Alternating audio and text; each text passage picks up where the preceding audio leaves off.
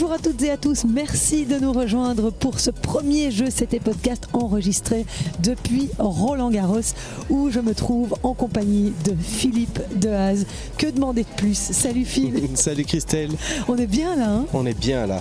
Aujourd'hui, premier jour du tournoi des qualifs et on va dire un petit mot évidemment des Belges qui étaient sur les cours et puis on profitera de ta présence Phil pour parler un peu de l'issue du tournoi de Rome et du sacre de Carlos Alcaraz, dominateur hier en finale face à Yannick Sinner, une finale que tu as commentée, donc tu nous en parleras. On évoquera aussi ce magistral doublé, simple et double de Yasmine Paolini, de retour en grande forme à une semaine de Roland-Garros. Soyez les bienvenus et sachez que je vais vous proposer plein de super contenus pendant les 10 jours durant lesquels je suis accréditée. Alors abonnez-vous sur votre plateforme d'écoute pour ne pas manquer un seul numéro de Jeux C'était podcast. Vous pouvez aussi soutenir notre travail en devenant membre premium sur Supporting Cast. Merci d'être à l'écoute. Silence s'il vous plaît, les joueurs sont prêts.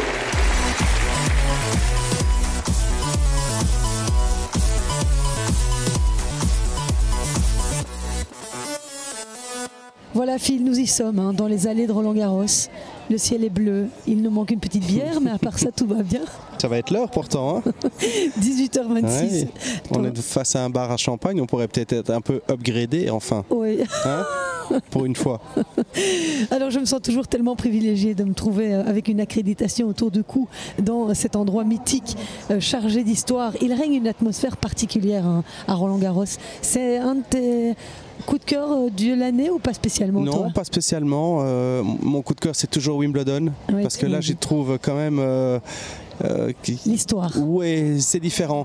Ici Roland-Garros, ça reste un tournoi exceptionnel. Mais je trouve en termes d'énergie, l'US Open aussi est incroyable. Ouais, et après ça reste Roland-Garros, plus gros tournoi au monde sur terre battue, beaucoup de monde, beaucoup de Belges aussi, donc super ambiance. Les allées sont magnifiques, les cours sont somptueux, c'est super quand même. Hein. Oui, alors on ne sait pas faire 3 pas sans que Phil soit interrompu par quelqu'un. C'est ça qui est sympa aussi à Roland-Garros. Je comprends que ce ne soit pas ton préféré du coup. Non, mais je ne suis pas aussi populaire que ça, Christelle. Hein. Mais là, on était en train de regarder Anne van de Winkel, oui, parce que la journée se termine et Anne van de Winkel est la 3e Belge qui joue aujourd'hui. Alors, tu as retenu le nom de son adversaire, Phil? Dis-le. C'est Sevastova. Voilà. Mais je dis ça, mais néanmoins, je ne sais plus. Starobutsova. C'est ce que j'ai dit. Elle joue donc en ce moment et elle a perdu le premier set 6-3. Oui. Il faut quand même rappeler que l'Ukrainienne est tête de série numéro 1 du tournoi des qualifs, donc Anne n'a pas été vernie au tirage. Mais bon, elle se défend. Qu'est-ce que tu as pensé de son jeu? C'est la première fois que tu la voyais jouer? Tu l'as déjà vu un petit peu? Je l'avais vu jouer en junior, donc ça faisait un petit bout de temps que je ne l'avais pas vu jouer. Non, je pense qu'il y a du potentiel. Physiquement, elle est très athlétique. Mais comme on disait quand on regardait le match, je pense qu'elle va devoir vraiment travailler son jeu d'attaque parce que ça manque un peu de percussion. Elle est capable de servir très fort, on l'a vu, mettre une ou deux premières à plus de 175 km/h, mais elle commence le point beaucoup en faisant des kicks. Elle est loin derrière sa ligne, je la trouve un peu défensive, mais bon, elle est encore jeune et elle a encore beaucoup de choses à apprendre. Le potentiel est là, c'est certain, il faudra encore beaucoup travailler.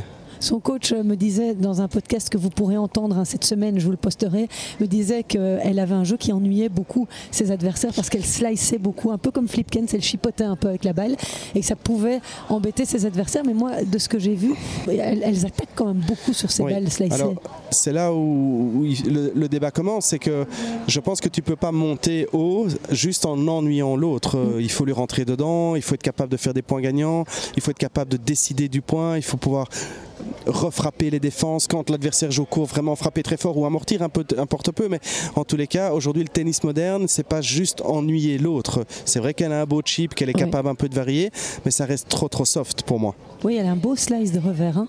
Oui, mais le slice il doit te donner l'occasion d'avoir des balles un peu plus hautes, tu vois, donc si tu slices, la balle est basse, donc l'adversaire doit la remonter et là c'est d'utiliser le slice pour pouvoir rentrer et changer de rythme avec le slice. Slicer pour juste slicer, c'est bien, ça peut ennuyer jusqu'à un certain niveau, mais ce ne sera pas suffisant. Donc, mais tant mieux, elle est là, elle est 180, 191. et elle a tout ce potentiel de progression, donc ça reste intéressant quand même. Hein. Oui.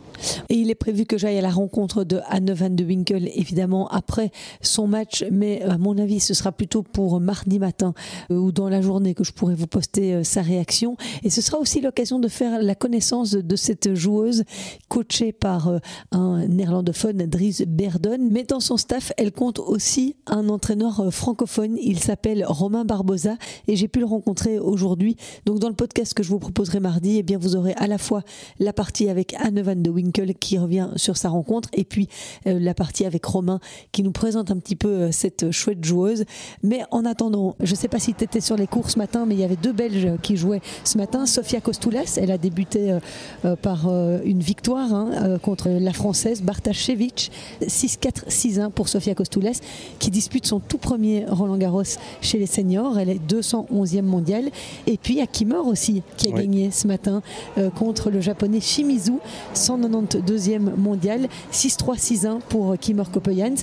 On va écouter sa réaction. Ouais, j'ai bien commencé le match et j'ai fait ce que je devais faire et finalement ça a été plutôt vite. Il a fait pas mal de fautes directes, t'en as profité. Comment tu t'es senti sur le terrain ? Je me sentais bien. Comme tu disais, surtout dans le deuxième, il a fait beaucoup d'erreurs. C'était un tableau assez bien parce qu'ils ont le mec n'a pas l'habitude de jouer beaucoup sur terre, alors ils sont un peu impatients. Ils ont moins d'habitude de s'adapter aux mauvais rebonds ou glisser. Alors c'était important pour moi de jouer un peu plus avec des trajectoires et de rester bien solide. Et toi, ta préparation sur terre, elle s'est bien déroulée? Tu es content de ta saison pour l'instant? Pas vraiment. Je suis content de mon prépa sur terre. Je pense qu'en général, j'ai bien joué. Je pense que j'ai eu un seul match à Estoril où j'ai vraiment mauvais joué, mais sinon, j'ai toujours obtenu un bon niveau, je trouve, sur terre. Et puis, de la saison, en général, ça passe moyen. J'ai été beaucoup malade cette année déjà. C'est aussi avec les petits à la maison. Ça passe de l'un à l'autre. Et souvent, cette année, j'ai fait beaucoup de matchs où je me sentais pas bien, où j'avais un peu de fièvre, où je toussais. Tu peux peut-être voir parfois sur les streams que je tousse pendant 3 semaines.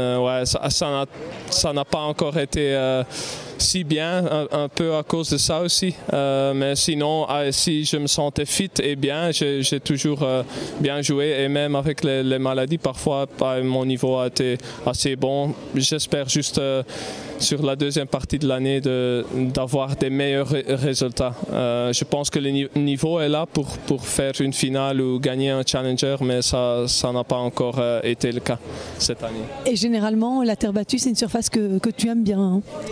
C'est ça. Je pense quand j'étais plus jeune, j'adorais vraiment la terre, mais là, en devenant peut-être un peu plus vieux, un peu plus d'expérience, je commence à me mieux sentir aussi sur dur, même sur herbe, je m'adapte bien, mais ça va toujours être ma surface préférée, la terre.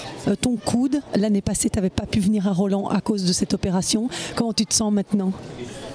C'est ça, je me suis fait opérer l'année dernière. Je n'ai pas joué pendant 7 mois et demi, 8 mois, même avant. Pendant 3 mois, la fin de 2023, je ne jouais pas beaucoup parce que j'avais beaucoup mal à la coude.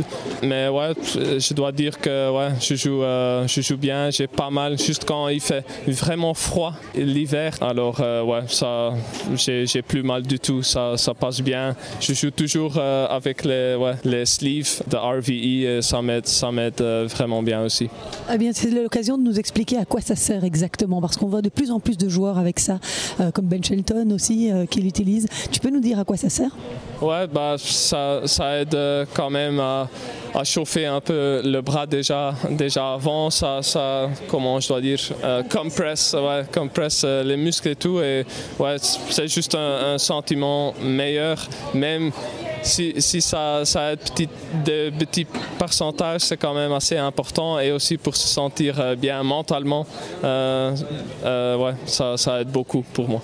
Bonne chance en tout cas et merci d'être venu à mon micro. Merci beaucoup, Christelle. Et puis, outre Kimmer Coppejans, qui n'était pas le seul à jouer son premier tour qualif ce lundi matin à Roland-Garros, il y avait aussi Sofia Kostoulas qui disputait son tout premier Roland-Garros chez les adultes, 211e mondial. Elle a battu Yara Bartashevich, la française, 484e. Le score 6-4, 6-1. On écoute Sofia Kostoulas après s'être qualifiée pour le deuxième tour des qualifs. Kimmer a gagné. Je te l'apprends ? Oui, je suis très contente pour lui aussi. Oui, aussi très rapide. Hein. Comment tu t'es sentie, Sofia ? Parce que c'est ton tout premier Roland-Garros chez les grands, on va dire ça comme ça. Oui, pas mal. J'ai eu des bonnes journées d'entraînement ici, donc ça m'a donné plus de confiance. Comme en junior, je me sentais jamais pas trop bien ici dans les conditions. C'est différent. C'est la terre, mais ça va quand même vite. C'est des conditions différentes. Et ouais, je suis contente que je suis venue un petit peu plus tôt ici pour me bien adapter. Et ouais, aujourd'hui, je me sentais très bien dans mon jeu. J'ai joué à un haut niveau pendant tout le match et ouais, très contente avec la victoire. Oui, tu as réussi à bien varier pour l'ennuyer. On voyait que physiquement, c'était elle qui subissait le plus. Oui, c'est ça. Ça, c'est aussi un petit peu mon jeu. J'aime bien de varier, de jouer des échanges et quand je peux, de vraiment prendre ma chance. Et c'est ce que j'ai fait aujourd'hui. Et ouais, super. Tu es arrivée il y a combien de temps ici à Paris ? Jeudi soir, donc j'ai fait vendredi, samedi, dimanche pour entraînement. Oui. Pour l'instant, tu fais une super saison, déjà quelques titres à ton actif. Tu dois te sentir en confiance pour arriver ici ? Oui, c'était dur, tous mes bons résultats, donc ça jouait un tout petit peu dans ma tête avant de venir ici. Mais je sais quand je suis impliquée dans mon style de jeu que je peux très bien jouer aussi sur terre. Donc ouais, aujourd'hui, ça m'a donné encore un petit peu plus confiance. C'est un endroit qui te fait rêver, Roland-Garros, comme toutes les jeunes qui rêvent de devenir joueuses de tennis, j'imagine. Oui, ça c'est sûr. C'est super que je peux jouer ici. Chez les juniors, j'ai déjà joué 3 fois, mais là c'est quand même encore quelque chose d'autre. C'est avec les vrais, avec les pros. Donc ouais, très contente. Il y avait aussi quelques Belges, donc ça fait beaucoup de plaisir. Ouais. Oui, déjà quelques supporters. Hein. Qui est-ce que tu rêverais de croiser, par exemple, dans le resto des joueurs, ou est-ce qu'il y a quelqu'un que tu admires et que tu as envie de croiser ?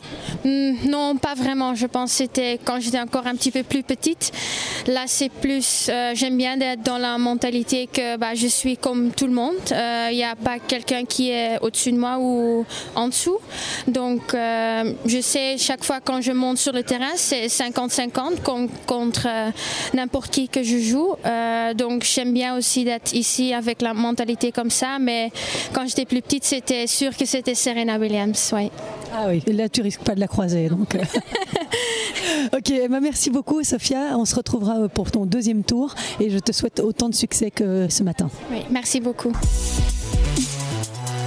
T'as pas eu l'occasion de les voir ce matin là ? Non, moi je suis arrivé trop tard et puis quand je suis arrivé, j'ai juste eu le temps de déposer ma valise et de partir à l'entraînement, donc c'était compliqué. Oui, à l'entraînement parce qu'il y a des choses qui bougent un petit peu de ton côté. Est-ce que tu peux lever un coin du voile sur ce qui t'arrive en ce moment Rien n'est encore défini, rien n'est encore décidé, mais j'ai reçu une offre de la Fédération française de tennis pour encadrer un de leurs jeunes. Moïse Kouamé. Très très bien. Donc 2009, il vient d'avoir 16 ans, Moïse Kouamé, et c'est un gros espoir en France. Donc il a wildcard qualif ici. Il a une bonne chance de gagner le tournoi junior. Donc, tu peux faire les deux ? Oui, tu peux faire les deux, absolument. Et lui, il va faire en fait les 3, parce qu'il va faire donc, il a wildcard qualif ici en simple. Il va jouer le double mixte et le double messieurs, où il a wildcard évidemment des deux côtés. Et ensuite, il termine la semaine avec le tournoi junior. Donc il va faire 3 semaines de Roland-Garros. Ah oui. C'est surprenant ça. Hein, il est invité dans les 2 tableaux. Il est invité dans les 3 tableaux, qualif, double et double mixte. Ouais. Oui, parce que c'est une priorité pour la FFT. C'est donc Ivan Lubicic qui m'a proposé la mission et ce sont ces mots. Et j'en dirai pas plus après parce que voilà, on en est jusqu'à la semaine de test. Il a dit c'est un joueur que tu vois toutes les 20-30 ans. En termes de potentiel. Et effectivement, quand tu vois ce qu'on appelle les temps de passage, donc c'est catégorie d'âge, classement moins de 18 et classement ATP, en moins de 15, moins de 16 ans. Il est devant beaucoup de top 10, comme il est devant Tsitsipas, il est devant Zverev, il est même devant devant Alcaraz dans une des catégories. Donc il a des temps de passage qui sont très très impressionnants. Très précoce, 1m85, 75 kg, bel athlète. Donc voilà, je fais ma deuxième semaine avec lui, et puis rien n'est fait, c'est juste on fait connaissance, on regarde un peu si on parle le même langage, et peut-être qu'il y aura une proposition derrière, peut-être pas. Je suis juste là et on va profiter de la semaine et après on verra bien. Tu sais comment on appelle ça chez les ados? On est en bail. Ah, on est en bail, ok, c'est ça, voilà. Je suis en bail, alors. Mais c'est juste, j'ai entendu ma fille dire ça aussi. Bon, mais mais c'est ça que ça voulait dire alors. Ouais, c'est pas une bonne nouvelle ça pour moi. Ok. Ça veut dire qu'on ne sait pas encore très bien si on se met ensemble ou pas. D'accord. Ah bah c'est vraiment ça. Bon.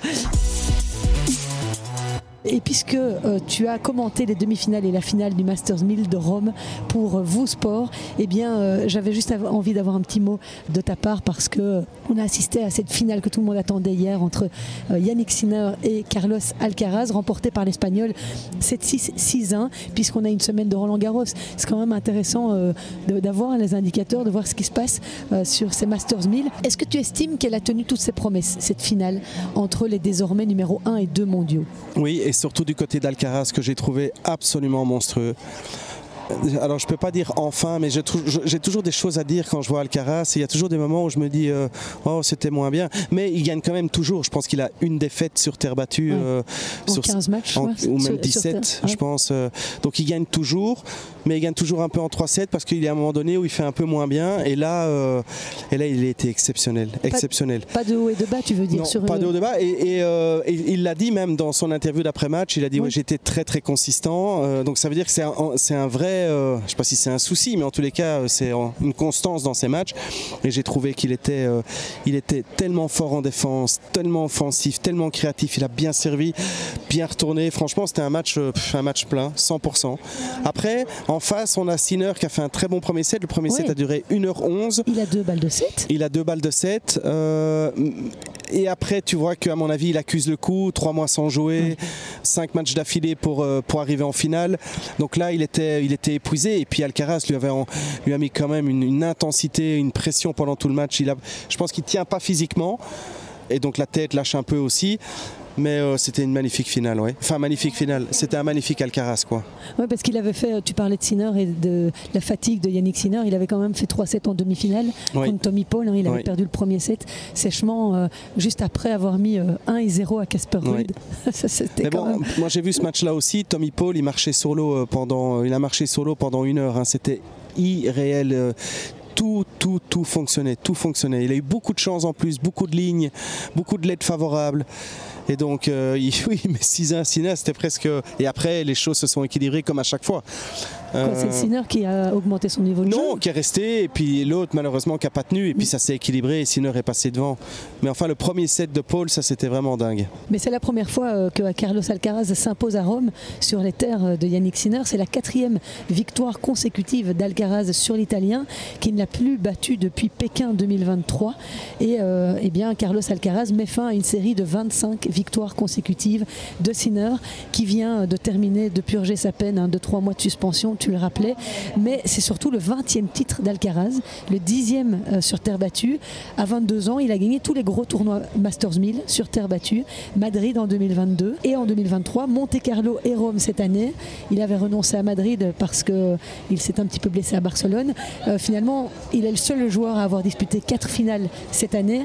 C'est bien simple, en 2025, il n'a perdu qu'une seule fois sur terre battue, c'était face à Rune à Barcelone, mais Alcaraz était un peu blessé ce jour-là. On en avait parlé un fil dans notre podcast mi-saison sur terre battue que vous pouvez écouter si vous êtes abonné premium, ne le manquez pas.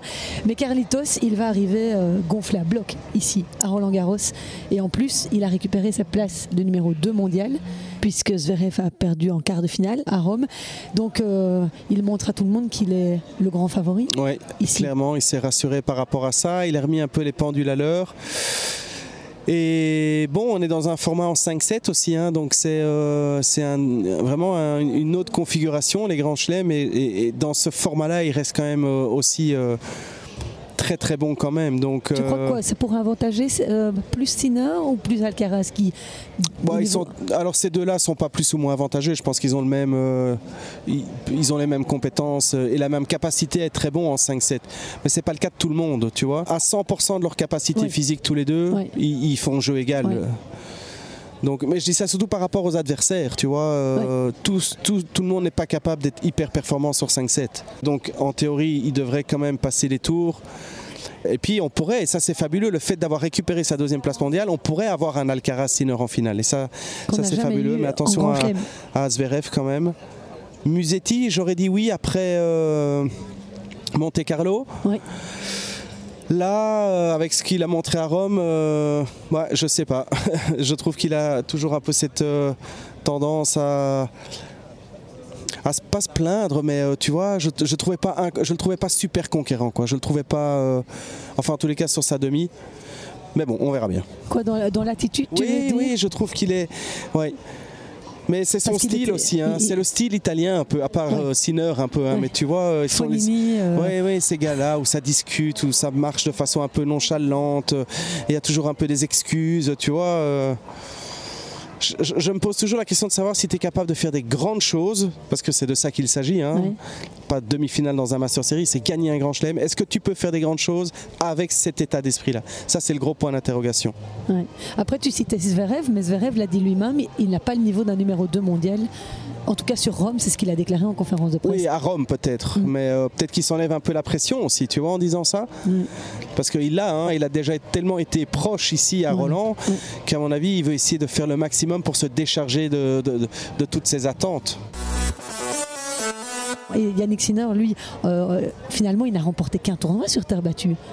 Oui, il en a peu, effectivement. Au MAC, et le 250, oui, tout à fait. Comment on explique qu'il a autant de mal sur terre battue avec les capacités physiques Oui, parce que c'est plus un contreur. Tu vois, les trajectoires de balles ne sont pas les mêmes qu'Alcaraz. C'était intéressant de voir la finale des deux parce que tu vois qu'ils n'ont pas le même tennis quand même. Et donc, il est moins percutant qu'un Alcaraz ou même qu'un Musetti sur des trajectoires de balles. Tu vois, il a d'autres qualités qu'on connaît. Donc, c'est ce qui explique peut-être que son jeu ne s'exprime pas aussi bien sur terre qu'il s'exprime sur dur ou sur gazon.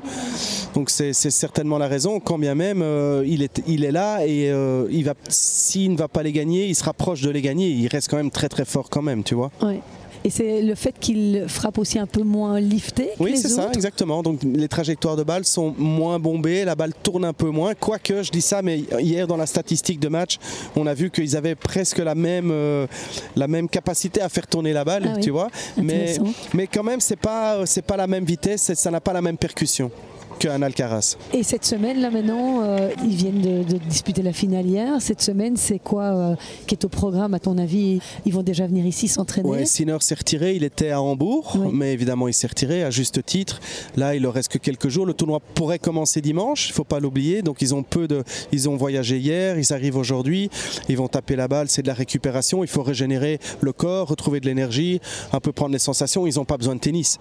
Ils ont joué 6 matchs à haute intensité, ils sont prêts. Après, c'est juste de la récup et essayer de se reposer, récupérer. Oui, parce qu'il va falloir tenir aussi physiquement. Il y a 2 semaines. Hein. Il y a 2 semaines et puis ils sont beaucoup sollicités, beaucoup de presse. Marcher, c'est beaucoup d'autographes, beaucoup de photos. Enfin, je veux dire, il y a tout un brouhaha autour de leur personne, donc il faut gérer aussi. Toi, si tu dois mettre un autre, tu disais pas Musetti, mais si tu dois encore en citer un ou deux qui pourraient être dans le pack, je peux gagner la coupe. Tu mettrais qui? C'est une bonne question.